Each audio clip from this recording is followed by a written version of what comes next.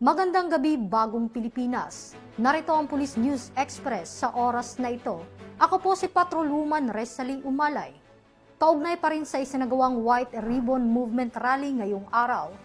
Tuluyan ang nagtapos ang White Ribbon Movement Rally na naging mapayapa at maayos sa ilalim ng mahigpit na pagbabantay ng Philippine National Police. Para sa karagdagang detalye ng naging pagtatapos ng rally, narito ang ulat ni Patrolman Don Brosas. Gabi, Bagong Pilipinas. Tuluyan na pong nagtapos ang isinagawang kilos protesta ng mga faith-based group dito sa EDSA People Power Monument at White Plains nitong ika-28 ng Hunyo. Wala na ring mga rallyista sa lugar matapos ang programa habang nagsimula na ring maglipit ng kanilang mga kagamitan ang mga nakadeploy na pulis.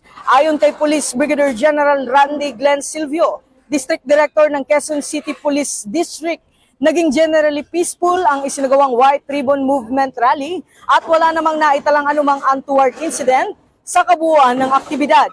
Sa buong operasyon, nananatiling nakaantabay ang mga tauhan ng QCPD upang tiyakin ang seguridad ng mga kalahok, mapanatili ng kaayusan at masiguro ang maayos na daloy ng trapiko sa mga lugar na dinaanan ng mga rallyista.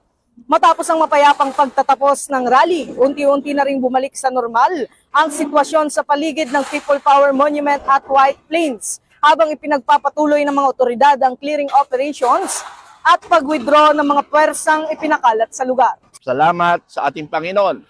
Salamat sa ating kapulisan. They do their job, mission, na naging peaceful, mapayapa ang ating activities ngayon.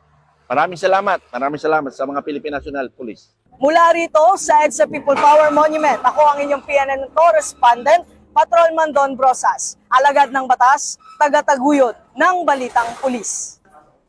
At para sa napapanahong balitang pampulisya, laging tumutok sa Police News Network.